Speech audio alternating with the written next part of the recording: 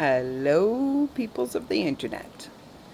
So today I am sitting outside. I have Evie on the deck with me. I have Magoo right here, all in the blanket, and all the plants, and the blue skies. It's really hot here in BC right now.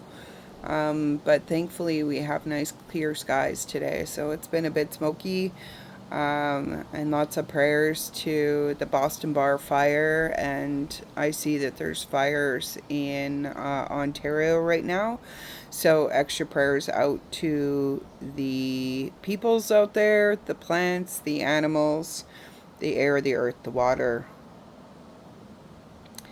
So I don't really have a plan for today's video, actually. I just thought I would touch on sort of the energies that are coming up in this time period and touch on some of the information that I'm receiving about those energies.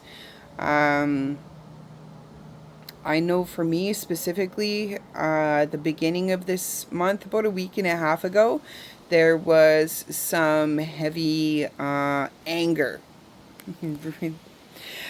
But we were laughing about it because everything was making me angry. And I had what do they call it? A hairpin trigger.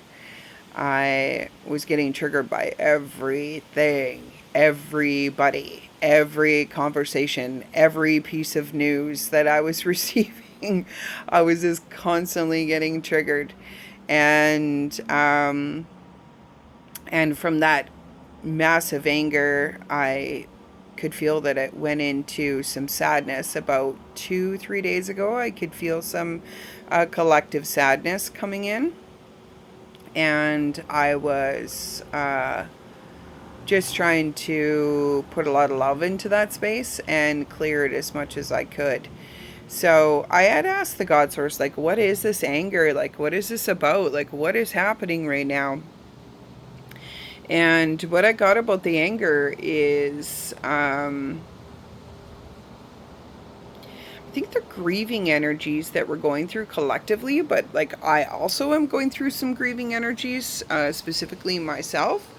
I recently just changed a role at work, and I have not done that for, 15, 16 years. I've been in the same role, and I'm moving into another role. So I've been the trauma therapist, and I am moving into a managerial role.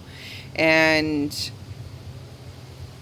I'm excited because it's something new, and I had to let go of some 20 clients that created grief inside of me, like an ending. And so I think with that energy came this anger feeling. And I just think collectively we're feeling this anger feeling and this grieving feeling. And I do think a part of it is the Sacred Mother energy that's coming up at this time. And the Sacred Mother energy, there's an airplane if you're hearing that loud sound in the background. The Sacred Mother energy, part of her energy is that anger, and it was, things that were angering me. Specifically, things that were angering me was, sort of a righteous anger that I could feel that, like, this stuff is not okay. But I was also getting majorly triggered by, my son mostly. But my children, and feeling like, I guess feeling like they weren't choosing me, or they weren't wanting to spend time with me, and just doing his own thing, which I recognize is part of it being a teenager. Like, my son is 17, and so he's going through an individuation process and is doing more stuff on his own and with his friends, which is actually a really positive thing for him, because he's been a homebody for most of his teen years, and now he's starting to get out more and want to hang out with his friends more. But it irks me when I have invited him to so many of these fun things over time, like with me and my daughter, just to spend, family time together. Things like going to the farmer's market, or going for bubble tea, or, shopping even. Going for hikes, the things that we enjoy, and he never wants to come, and I give him the freedom of his choice. And that's one thing I learned about him, because he is a vulnerable child. He's a sensitive, potentially ADHD for sure, but potentially on the autism scale. And so he's got neurodivergence, like I do. And I've allowed him to make his own choices for himself, which was like a very hard thing for me, to let go of as a mother, when he was about 14, somewhere 11, 12, 13, 14, where he wanted to just say no all the time. He wanted to not come with us. He didn't want to go. And at first I was sort of forcing him. So I was like, too bad you're coming. And he would never have a good time. He'd be angry, sullen, and it was affecting our ability to have a good time as well. And I was just like, this isn't working. I just have to let him make his own choices, and eventually hope that he will make the choices to want to come with us, to want to spend time with us, And I think recently I was like, he's not making those choices. He's not wanting to come with us. He's not wanting to spend time with us. And it was irking me. It was making me extremely angry. And underneath of the anger was sadness. It was loss and grief and regret, and underneath of that, I would say there's feelings of feeling like not chosen or not important, or I guess underneath of that, there's some failures, feeling like a failure as a mother. And like if I'd done a better job, that he would want to, spend time with us. And I guess under there too is some sadness that that he's not getting those experiences, that he's not getting to spend time with us and getting those memories and those experiences. So I'm feeling sad for him as well. And so to be able to access those feeling spaces, which are all natural for mothers to feel, and dependent on the types of relationships that we have with our children, and with ourselves and our past traumas, and the way that our parents were with us, which was a lot more codependency.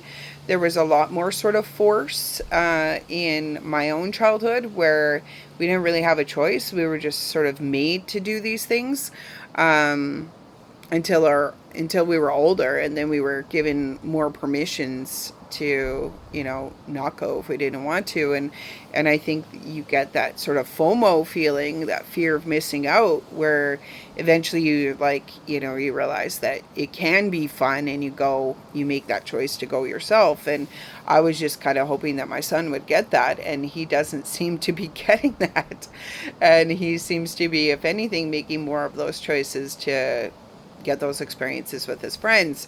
And for me, I think that was part of the painful part is that he would come home. Recently, he'll come home and he'll be like, "Oh yeah, we went and got bubble tea, and oh yeah, we went to the farmers market, and oh yeah, we went for this hike to the waterfall." And I'm like, "What the heck, man? Like, these are all those things that I've been wanting to do with you, and I've been inviting you to come and do, and you're not doing them with me, or you're doing them over here," which is painful. It hurts. And I think these are some of those pain spaces that are looking for us to love ourselves into wholeness. Um, Parts of being a mom, parts of being a parent that, you know, maybe we haven't attended to or put attention on. Um, because it doesn't go by me that, you know, I'm a single mom. So as a single mom, I think I care more than potentially somebody might care if they had a partner. And if you're partnered, you're kind of just spending more time with your partner, and you have somebody to spend that time with and to, you know, share experiences with, and to, I don't know, bide time with, to have conversations with, to share food with, and all of those kinds of things. So, and as I say that, maybe it is a little bit of codependency as well, because that's what it feels like in that space. It feels like that level of like feeling like you need someone there to do it with. And that could be part of the lessons that I'm going through at this time, is that I don't need someone there to do it with. And that it's okay to go and do some of these things on your own. And it's okay, like, you can enjoy yourself even when you do it on your own. And I know that was a level of the lessons in the past, is that if he doesn't want to go, God says to me, Lisa, if he doesn't want to go, just go do it with yourself. You know, if you force him to go and he's grumpy and crabby the whole time, and you're feeling like you have to tend to him instead of being present and enjoying yourself, that's no good either. So just go and enjoy yourself, and he'll see that you're enjoying yourself, and maybe potentially into the future will decide to come, which at this point hasn't happened. So I think it was that part that was really making me angry and easily triggering my anger. And I think it's just this collective experiences as well. Like, hell no, we're not taking part in a world that's, you know, harming the people. Hell no, we're not taking part in war. Hell no, we're not taking part in a world that has an agenda that is, you know, making us poorer and poorer.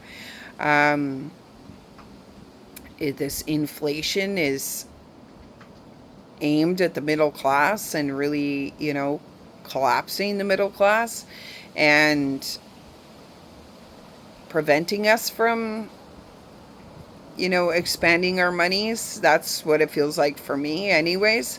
And I noticed that it seems to really be working. It seems like, I think part of this agenda is like the more stress and fear and panic and terror, and the more disgustingness that comes out in this world, the more certain people like me that, you know, one of my coping mechanisms, and it's a toxic coping mechanism, is spending money. So it would be, you know, like, to make myself feel better, I'm going to go buy myself a pair of glasses. And you'll notice I have a lot of glasses. And funnily enough, or not funnily enough, I just ordered myself 3 more pairs of glasses from a site that has them for $120 for 3 pairs. So I do get my glasses at a good price, and I did actually need a couple more pairs, because recently I've purchased the glasses that have like reading glasses at the bottom and the regular glasses at the top. And all my old pairs are just regular glasses, and they don't have the reading glass part of it. But for me to be able to see anything, I need the reading glass part of it. So I think a part of a lot of of sort of what's coming up for me, especially as a female and a female at my age, is menopause. So I'm heading into menopause, which means my hormones are changing and my body's changing. And I've been in a state of menopause, or starting menopause or going through menopause for about 2 years now. And so in some ways, I'm getting used to it. The experience of it, and in some ways my body has changed in big ways, and that has been a part of me also needing to really love myself deeply. Airplane. um as my body changes. So it is summer right now, and I have been going out bodyboard or stand up paddleboarding with my daughter a whole bunch. My daughter is in town for the summer, so we've been spending a lot of time together. But my son has been absent. So, yeah, so it's sort of that empty nesting feeling. Like my son is still here, but it's like he's not here. So I did get my first dose of empty nesting when my daughter left for school 2 years ago. And it destroyed me. That, holy lords, they do not talk about how painful it is when a child goes off to university, or sort of like leaves the home for the first time. Um, and she's my child that I do a lot with, so we have a lot in common and we hang out a lot together. And so when she left, it was a death. It was a mini death. And my whole life changed without her here. And it's taken me a good couple years to get used to living in a different way. And I do think that my work was a distraction for me. Um, like working with 28 clients slash peoples slash friendlies. um, because it was intense work, and because it was very tiring for me. It's actually quite fatiguing doing that work day after day. And I think the fatiguing nature of it was a bit of a distraction for me. So I think what I'm doing too is I'm coming out of that fatigue state, and I'm feeling like I've lost myself a bit, and I need to refine myself. Refine. But I said refined, but it did sound like refine. And that literally is what I'm in a process of doing, is trying to refine and refind myself. And I think part of that was looking for that from my son, and wanting to spend that time together, and knowing that at the end of our lives, the part that really matters is like the time we spend with our loved ones. And like wanting to fulfill that, wanting to fill that up, wanting to have those experiences, and wanting him to have those experiences. And yet at the same time, I think there's this bit of distraction in there, and it's like the easy way. And so what would the less easy way be? It's going to be getting to know myself at a greater depth. It's going to be having a healthy relationship with myself in a new way, and sort of discovering like what I want at this time period. Who am I today? And that's one of the questions that collectively we're going to be asking ourselves, like, who am I? Who am I today is an important sort of point to put on that, because who we were when our children were little isn't who we are today. And so maybe that's me hanging on to, still wanting to be that parental figure and that parent part of me. It's like that parent hat that I've been wearing for the past 21 years. So my daughter's 21, and my son is 17, turning 18. So it's me, I guess, wanting to wear that same hat and being that same person where I know I'm in a bit of a deathing process there, and I am trying to learn who I am today. And even like, that's what I was going to say with my stand up paddleboarding. We were out there, and I'm literally like in a bathing suit, right? So in the past, I think, I've always been a bit of a bigger girl. Um, Solid. I'm a solid Albertan. That's where I was born. Um, but I've always loved my body. And I've always been quite active, and I've always been able to keep, an active body. And since I hit menopause, it's been pretty much impossible for me to keep an active body. And I've been in a lot of distraction the last couple of years as well. I tried to sell my home for 10 months. So I was living with my parents, with my pets and my kids, and having an empty home over here trying to sell, which did not sell, which was another grieving process for me. But it was also an opportunity to come back into this house in a new way, which is what I did.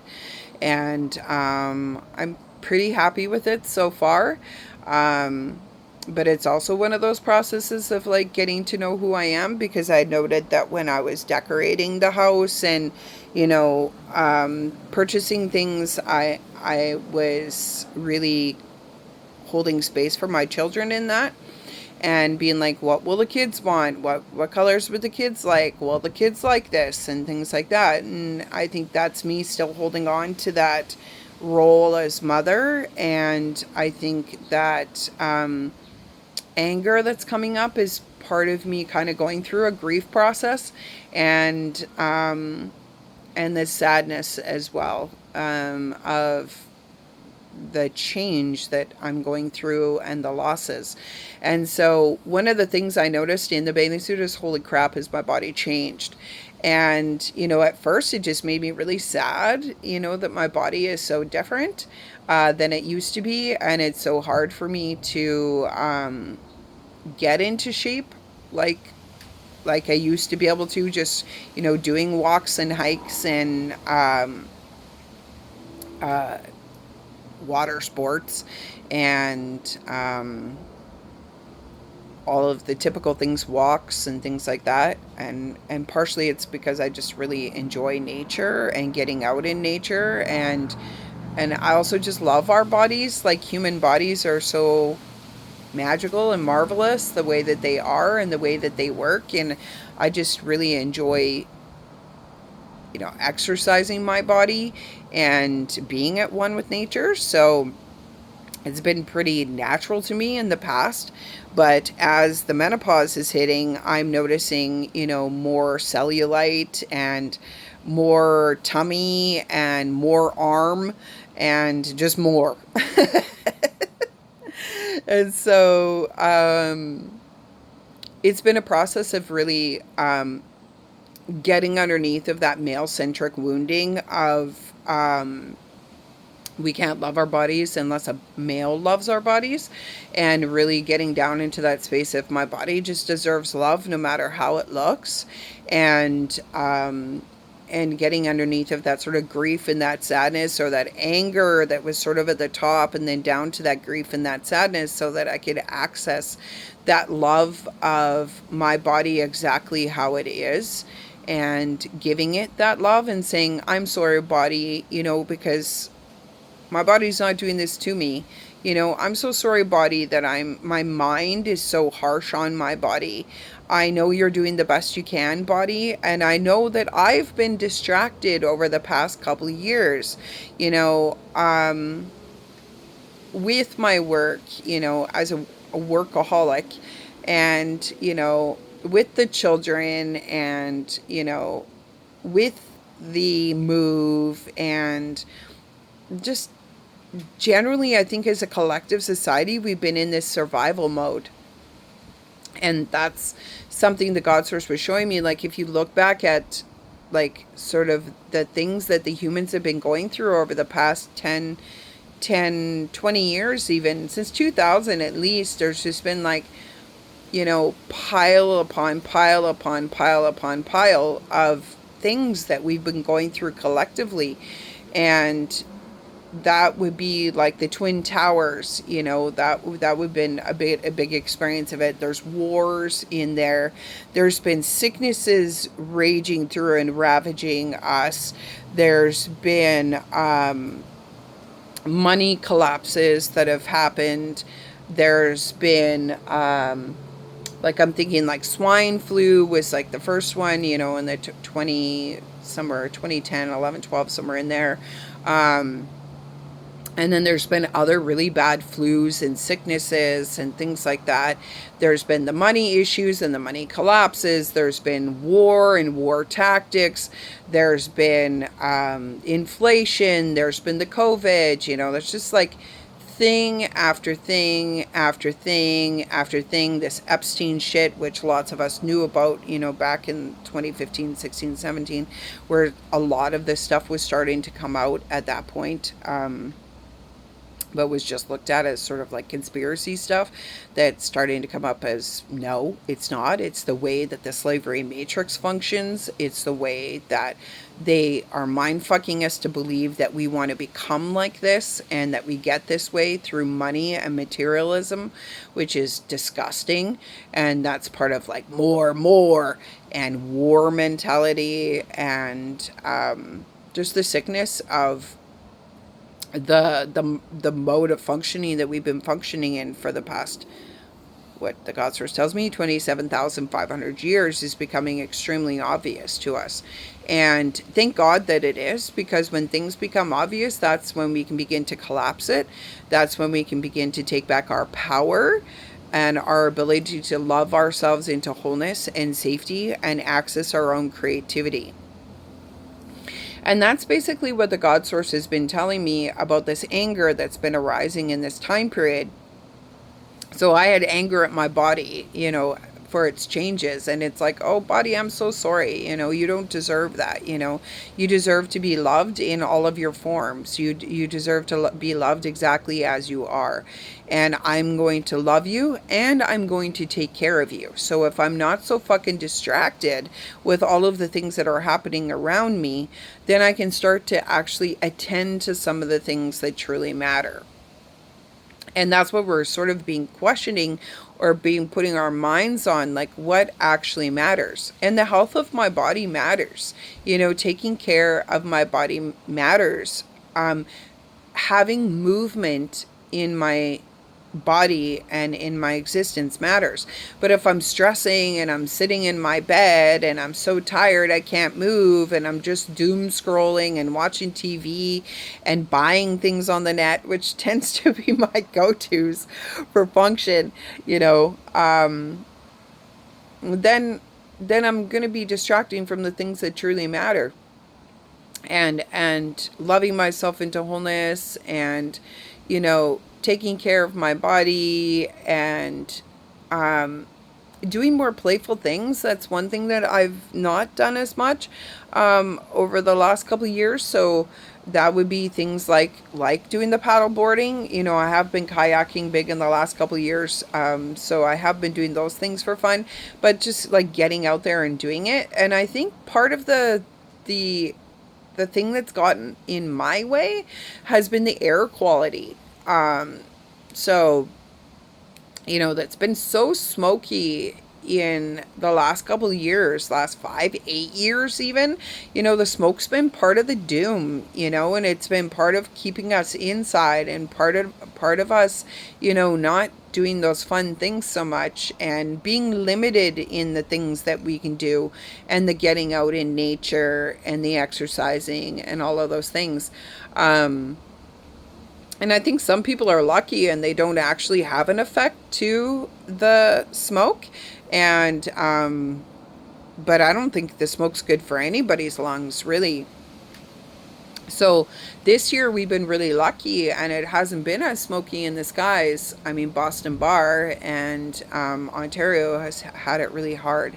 But here in BC, we've been really lucky, and I've been trying to really soak up the opportunity to get outside and to get on the lake and to just go walk in the lake and be near the lake, and be out on my deck like I am right now, and just being in nature and listening to nature has been a godsend. So part of those things that have been really making me angry, when I was holding the space of like, what is this anger coming from, the God source was telling me, what I was doing was sort of neglecting my own feeling state. So it was telling me, Lisa, alchemize the feeling state, alchemize the anger, give yourself the right to have it, number one, right?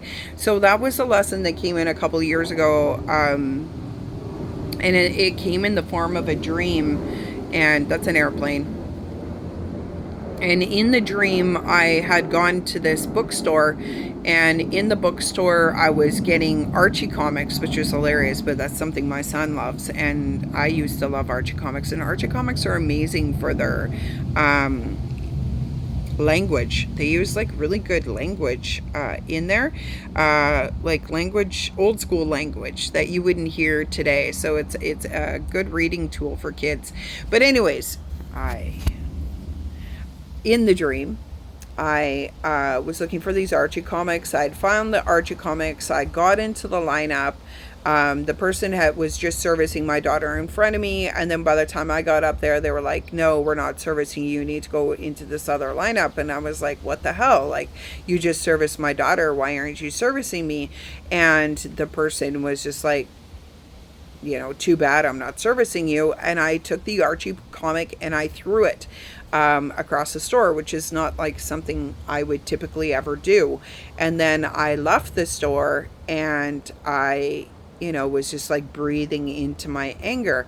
And the God source was telling me, you know what, Lisa, sometimes people get angry. It's okay to get angry.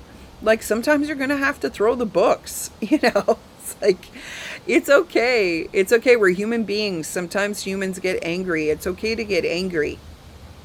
And so that was really my first invitation. That was about 5 years ago, to like, allowing myself to get angry, allowing myself to throw the book sometimes, like when I'm building something and it isn't going well, that's where my anger comes up, and it's okay to be angry. Love yourself in the anger. Love yourself in the anger. Let yourself feel it. Because when you begin to alchemize it underneath of the anger, you begin to access that truth. And when I was accessing the truth, it was saying to me, and this was a lesson, it was said to me a little while ago, is like, this isn't even yours. It's not even yours, Lisa. So the wars, they're not even yours. Are you starting them? Are you continuing them? Right? They're not even yours. And yet my body is paying the price for this anger, and even for the righteous anger.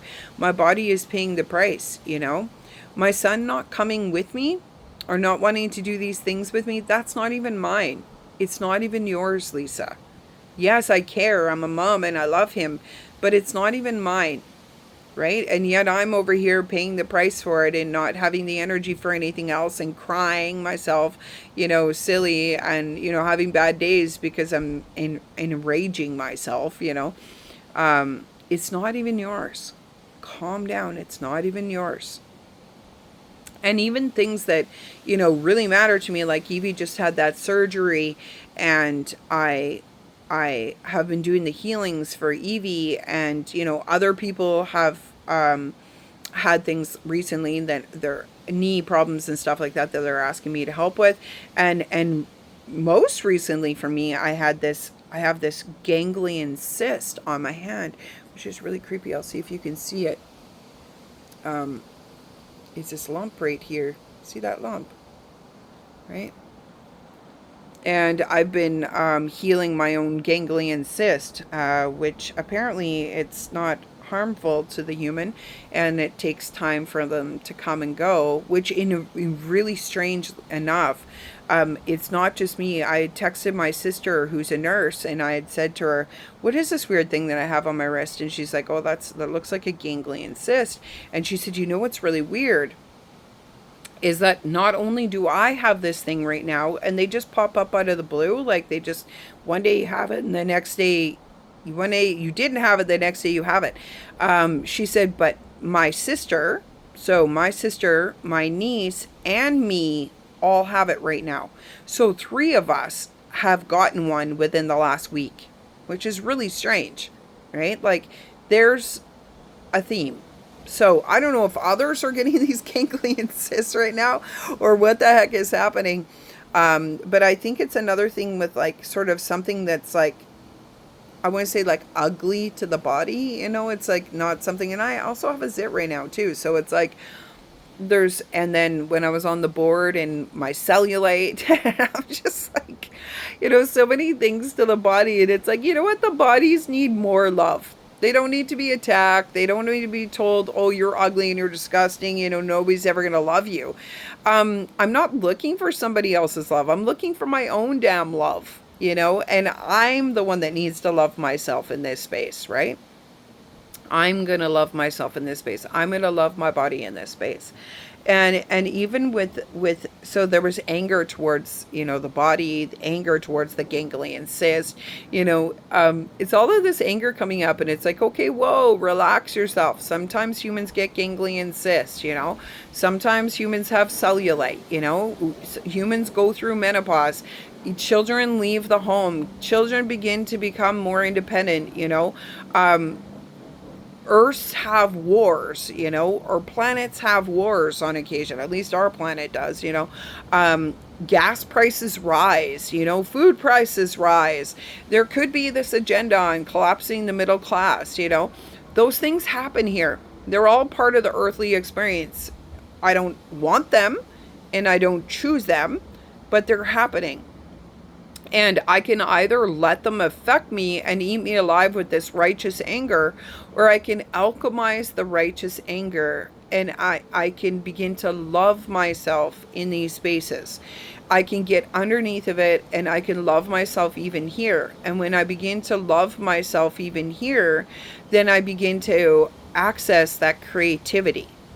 And that's what the God source was saying to me. So I'm trying to do these healings for Evie. It's making me angry that I can't heal her faster, or that my healings aren't more magical and more powerful, you know. And it is showing me ways of like focusing healing and things like that, which is awesome and amazing. And I am so grateful for that.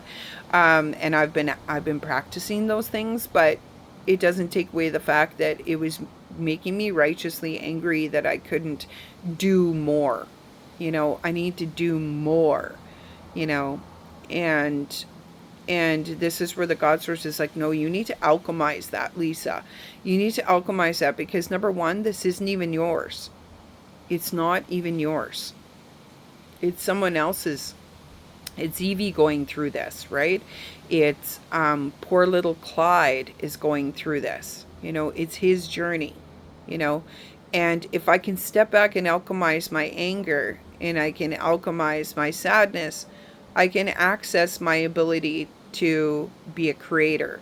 I can collapse timelines. I can really, underneath of even doing that, because that's even doing more, I can just hold loving space. I can hold unconditional loving space.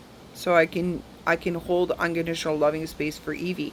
So the God source said to me, you know, Lisa, it's not your job even to heal Evie. That's something that you're doing out of love. So it's not my job even to heal poor Clyde. It's something I'm doing out of love. And it's enough.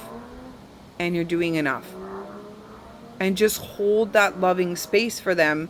Because I said, well, if it's not our job to heal the vulnerable populations like children and dogs, then who's going to do it if we don't do it?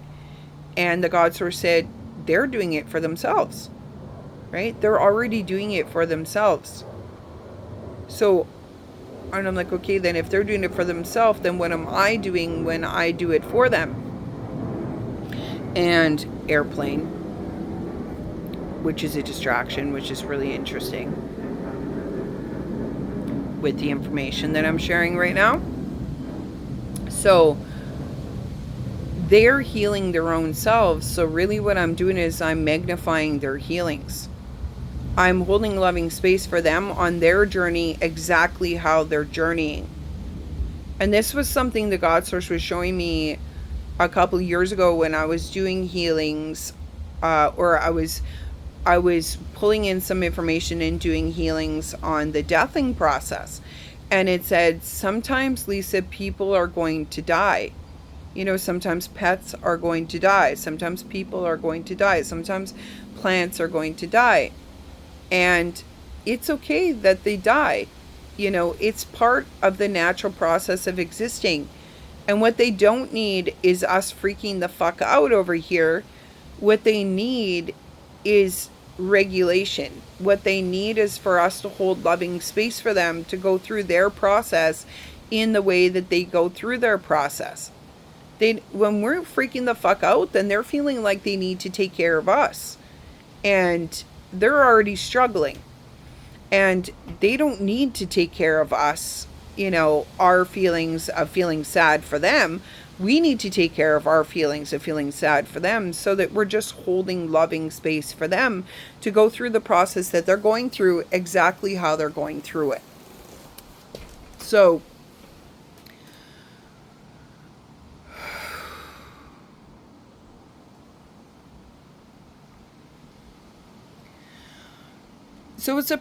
it's a forgiveness, you know, of ourselves, you know, that we can't fix it, change it, make it better. You know, we can't, sometimes we're not going to be able to save them. Sometimes we can't stop their pain and their suffering. Sometimes we can't stop the lesson that they're going through, exactly how they're going through it. But because we love them, we want to do something about it.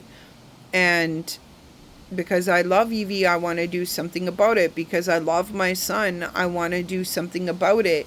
Because I love Clyde's mother and Clyde, I want to do something about it.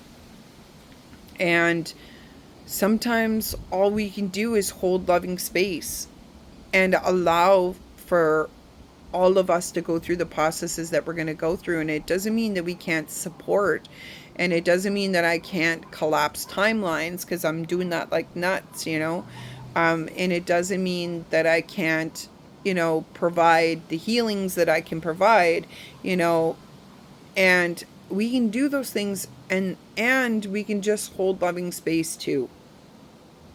Because when we hold the loving space, then we give that radical, unconditional love for them to be going through what they go through as they go through it, and holding loving space for them as they go through it,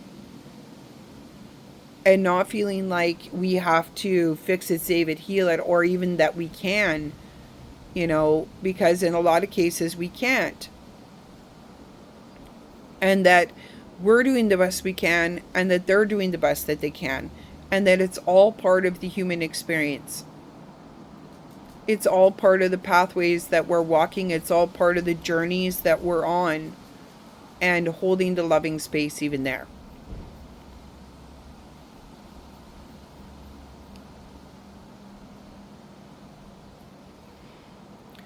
So it's in some of the hardest spaces, we have to hold the unconditional love of ourselves first, so that we can hold that loving space for them. And that really, I think at the end of the day, it's the most loving thing we can do for ourselves and for them, is to access this wholeness inside ourselves, this unconditional love inside of ourselves for ourselves, so that we can hold that unconditional love for them. And it's from that space of like radical acceptance and radical loving. So for me with Thais, I think I know what's right for him, but how do I know what's right for him? I don't know what's right for him. Only he can know what's right for him on his path, and maybe saying no to me is part of what's right for him. So I could never know, but what I can do is hold unconditional love for myself, and no matter what he chooses, love myself into wholeness. And in that process, trust that what unfolds is going to unfold in the right way for everyone involved. You know, it's like, it's, I think it's a peaceful way of existing, is what I get from that space. When we're in that space, we're in the peace. When we're in the peace, we're able to unconditionally love ourselves, access safety, and from there access creativity. And from what I can understand, what the God source was showing me is like, you're doing enough because it's not even yours, and you're still trying to help. You're still trying to assist. You're still trying to offer love. You're still trying to offer support, you know. And we don't have to push so hard inside of ourselves. And then when we push so hard, we're actually bypassing um, the magic of being able to sort of like collapse timelines and offer healings, and you know, offer it not from force, but offer it from peace.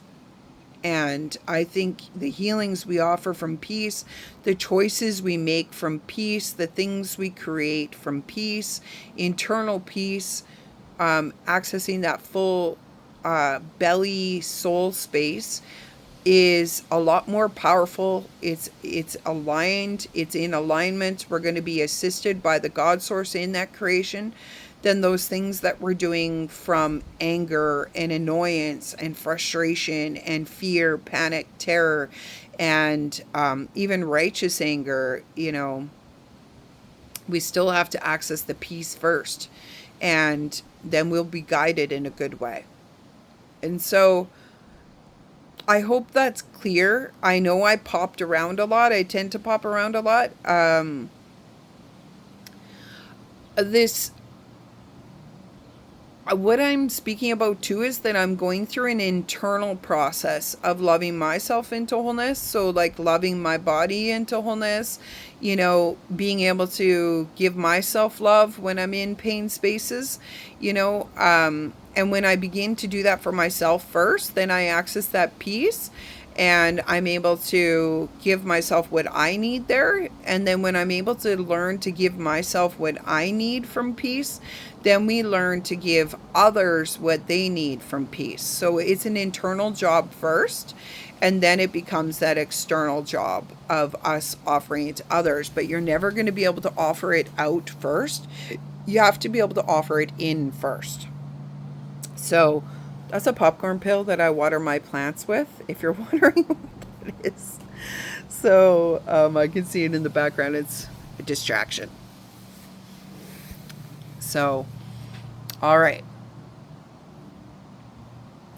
And I'm just going to show you guys the sky real quick before it's just such a beautiful blue sky, and the trees and everything else that I'm seeing.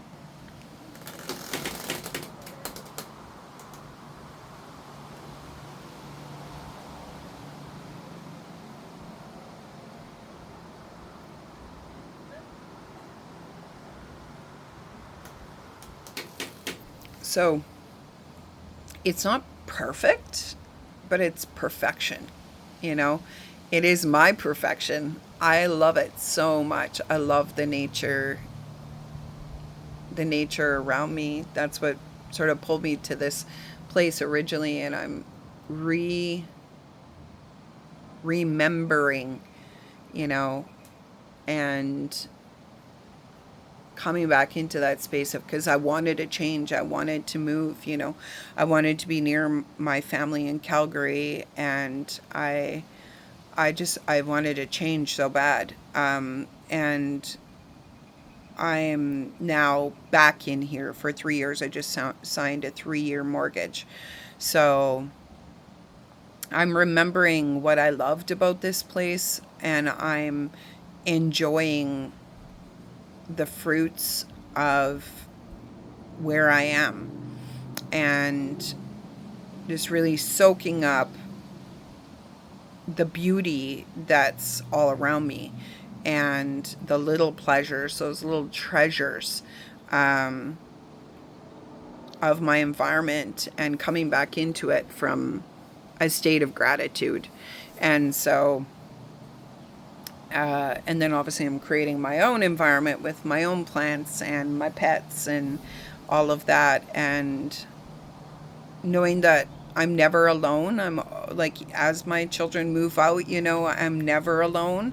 I'm surrounded with nature. I'm surrounded with beauty. I'm surrounded with like lakes and mountains and skies and birds, and the wind is all around me, the elements and the elementals, you know, and they love us all the time. And God told me that a while ago too. Actually, the elementals told me that. The tree told me that. It said, like, when you feel like you need more love, Lisa, open up to our love, because we're around you all the time. We're always loving you, right? Nature is always offering us love. And so we have that back heart.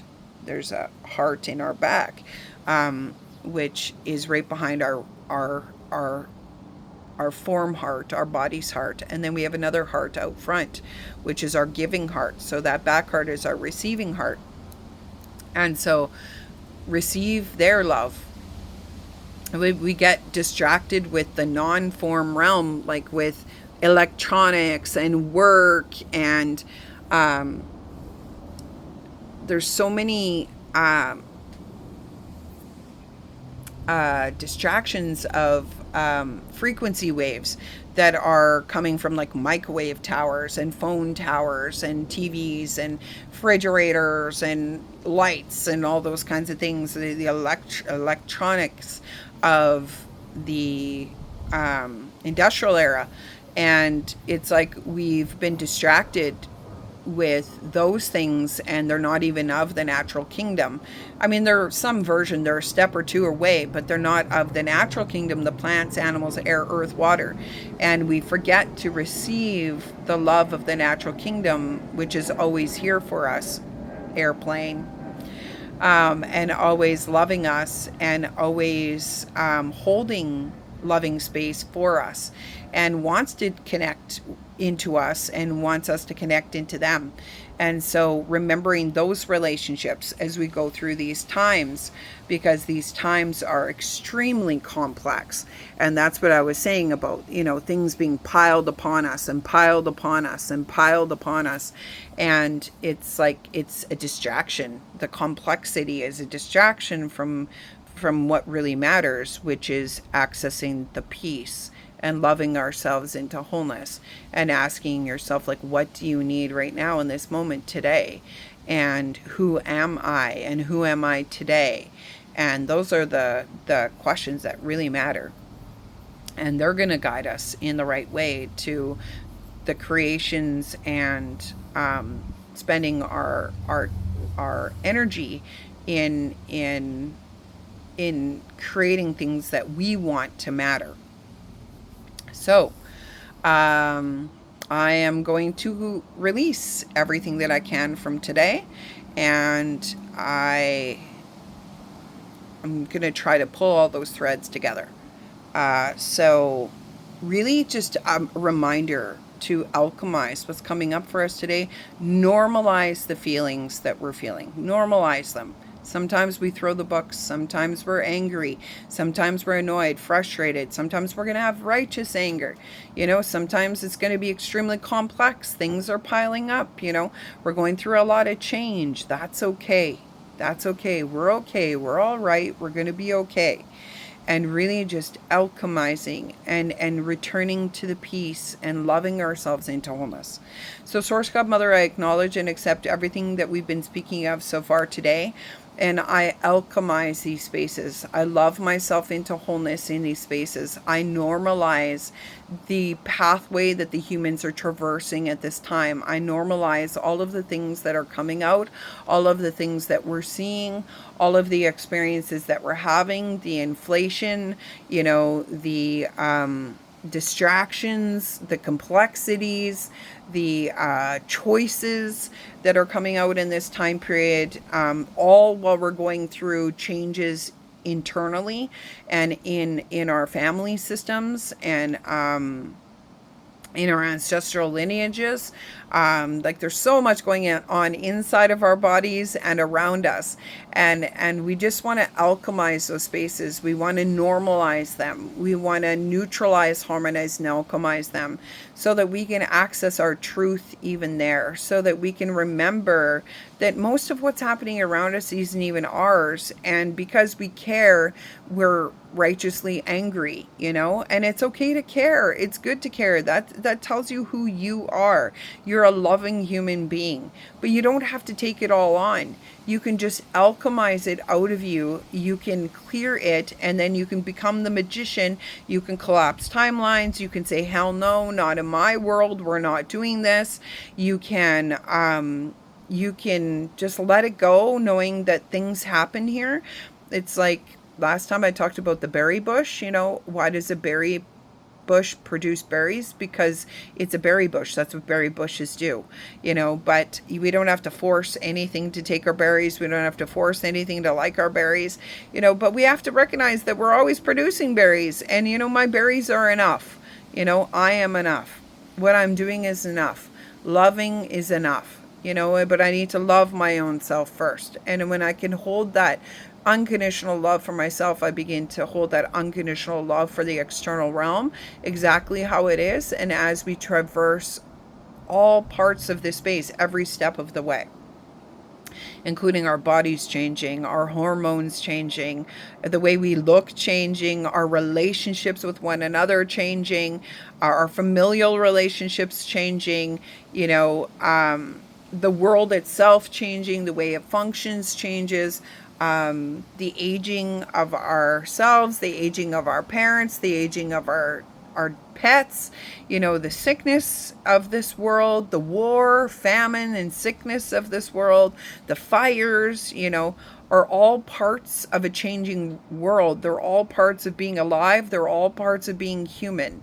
And it's okay that it's all happening in our pathways, and we'll creatively find solutions over time, and that we need to love ourselves every step of the way. And God, please help us to love ourselves in all of these spaces, and that we neutralize, harmonize, and alchemize the old programs, the modes of functioning, the ways of existing, the old ways of being a human, the old ways of being a parent, the old ways of being a mother, the old ways of only being that and not knowing who am I, how do I want to exist, who am I today, how can I traverse this path without them there, how can I traverse this path, by myself, how can I traverse this path in a changing world, how can we traverse as who we are today. And God, please help us with this, because this is a complex world. This is a complex mode of functioning. This is a complex time period. And a lot of what's happening isn't ours. And if we can clear all of that from our mind, body, spirits, and souls, so that we can choose to put our precious life force on the things that matter, like, exercising our bodies, like eating healthy, like getting enough water, like enjoying the beauties all around us, enjoying the sky, enjoying the stars, enjoying the trees, enjoying the water, enjoying our glasses, whatever it is, enjoying this body even though it's got a zit, enjoying this body even though it's got cellulite, enjoying this body anyways because my body deserves to be enjoyed, and enjoying this life even though there's wars and famines and fires and disgusting slavery matrix programs. I can still enjoy this world. I can still enjoy the beauty of existing. I can still enjoy my relationship with myself and my relationship to nature. I can still enjoy that I'm a loving being. I can be angry and still enjoy myself, and alchemize those feelings because we're humans.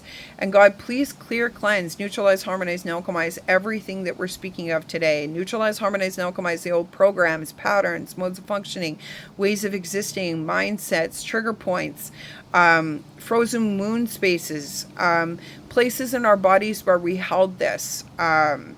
Left hip is really showing me something in this moment. So I'm assuming that this has something to do with left hip. Belly is showing me belly, back of the skull, head, wrists, and these ganglion cysts. Something about flexibility, something about movement and flexibility. Can we remain flexible even here? As we go through these changes, can we be flexible? Can we love ourselves into wholeness and be flexible in the changes? Can we traverse this pathway with flexibility? Can we traverse the complexity with flexibility? And even when it's ugly, the ganglion cyst, even when something pops up out of the blue, can I love myself even there? Can I love my body even there? Can I trust that it's all going to be okay? Can I trust that I'm okay even when it's not okay? Can I love myself when it's not okay? Can I love myself and know that I'm doing the best I can even when things aren't okay? And can I neutralize, harmonize, and alchemize all of that now through all quantum fields, past the DNA and RNA and into the God space of first creation, collapsing the old back to dust and initiating the new, clearing, cleansing, and healing the DNA and RNA, disintegrating the old back to dust and initiating the new for each unique blueprint, clearing, cleansing, and healing the hips, the spines, the bone, the ligaments, the nervous system, the brain, the hormonal systems, the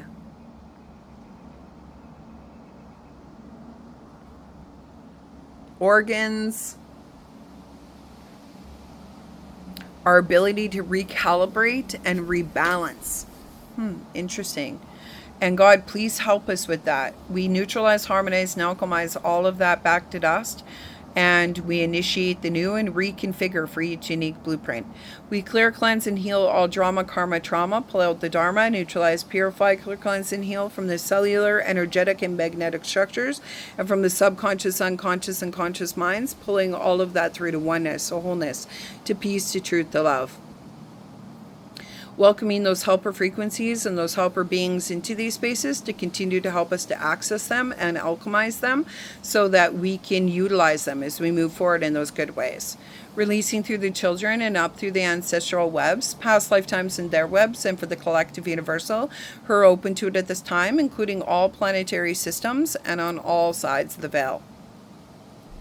In this universe and in the multiverses. We quantum forgive that things like this happen on the earth plane. We quantum forgive that the body grows things like ganglion cysts as part of its mode of functioning or part of its pathway or part of its growth process or part of its change processes. We quantum forgive that bodies grow the cysts like Evie had in them. We quantum forgive that we have to go through processes like surgeries and sicknesses and bacterial infections and then antibiotics and healings. We quantum forgive that those things happen here. We quantum forgive that things happen like they happened to Clyde and Clyde's family. Genetic, karmic, genetic voice.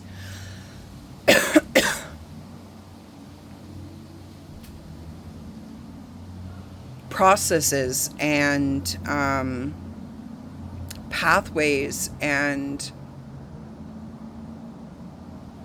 sicknesses and violences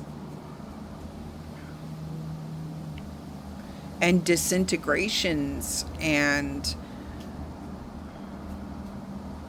pain and suffering and anger and righteous anger and frustration and annoyance and no right answers and not knowing the future, can't read the future, and knowing that in all of these complexities we're doing the best we can, and that we're coming from loving hearts, and we really need to back up behind that loving heart and stop putting so much pressure on ourselves and feeling so much righteous anger and taking on the world on our shoulders, and it's like, let's just alchemize that so that we can access the creativity and the peace and make choices from the peace and know that we're doing the best that we can, and we deserve love, especially here, and that the love we're offering is enough, and that sometimes all we can do is offer love and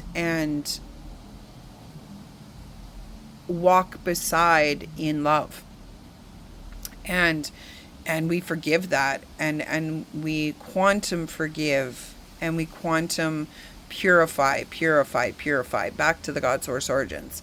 And we welcome those collective healed helpers, those beings of light, those doctors, healers, and nurses in all realms of existence to continue to purify and alchemize these spaces and drop us into those original blueprints, those original codes, and to continue those healings until completed, and just to open up to miracles for the earth plane of existence, for our planet, for the plants, animals, air, earth, water, for the humans, for one another.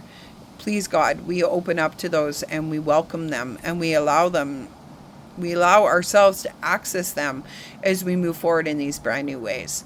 And we welcome those collective healed helpers, those beings of light, those doctors, healers, and nurses, those angels, ancestors, and elementals in all realms, those beings of light to continue to help us, guide us, love us, nourish us, nudge us, holding loving space for us. Thank you, thank you, thank you. Thank you for reminding us of what we need when we need it the most. Thank you for helping us to remember. Thank you for loving us and just holding that loving space for us and nudging us and reminding us. Thank you, thank you, thank you. We love you so, so much. And we know that we're collectively working together with the plants and animals and air and earth and water and the ethers and the etheric beings, and that we're all one, working together as a whole to learn to love ourselves in all spaces, especially the darkest spaces that need the most love and have been infamously neglected until now, and that we're finally accessing those spaces as humans for ourselves and for the ancestral lineages through space and time. And so we can be proud of ourselves. We're doing the best we can. We're doing a good job. And we clear, cleanse, and heal all of that now through all quantum fields, and we're opening to receive for best and highest well-being with the most ultimate of love and gratitude. I choose this. So I choose this and breathe. And Source Code Mother, please immediately evolute our systems for best and highest well-being of the systems within us and the systems around us, including those frequencies of our feet. Please immediately upgrade those frequencies of our feet, and as you do it for us, do it for all of those within our heart space. Please connect us from our root chakra all the way down to the form realm, to the earth star, or that universal star 2 feet below our feet. Open our systems so that we're sharing life force frequency, healing codes, knowledge, wisdom, so that we're magnetizing like frequencies, pathways, timelines to us, and so that we are very clear in the steps that we take moving forward. We want that, and we choose that. And please help to fractalize those healings through our mind, body, spirit, and soul. We clear, cleanse, and heal all of that now through all quantum fields, and we're opening to receive for best and highest well-being. With love and gratitude, we choose this. So just take a breath, and we're just going to take a good etheric breath. Oh, there's the cat back here. Hi, Magoo. And then we're going to take a good etheric breath for anybody who needs it in this time. And just intending it to go to them and for our own selves and our own bodies. I'm going to do it to my ganglion cyst.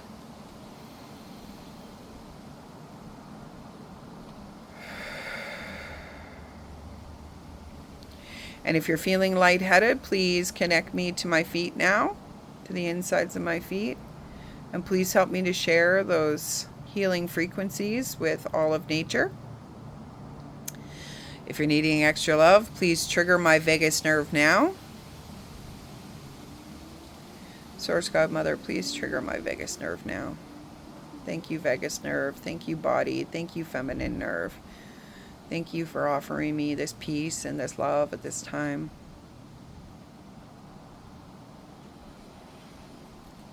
And so hopefully you're all feeling pretty peaceful right now. Hopefully I pulled you through whatever you needed to be pulled through. I know I was pulling myself through it at the same time. So we clear, cleanse, neutralize, harmonize, and alchemize, all of that now. May we all find the peace that we're looking for. May we all find the healings that we're looking for and the miracles that we're looking for. May they find us through the steps that we're taking at this time. And through the timelines that we're attracting.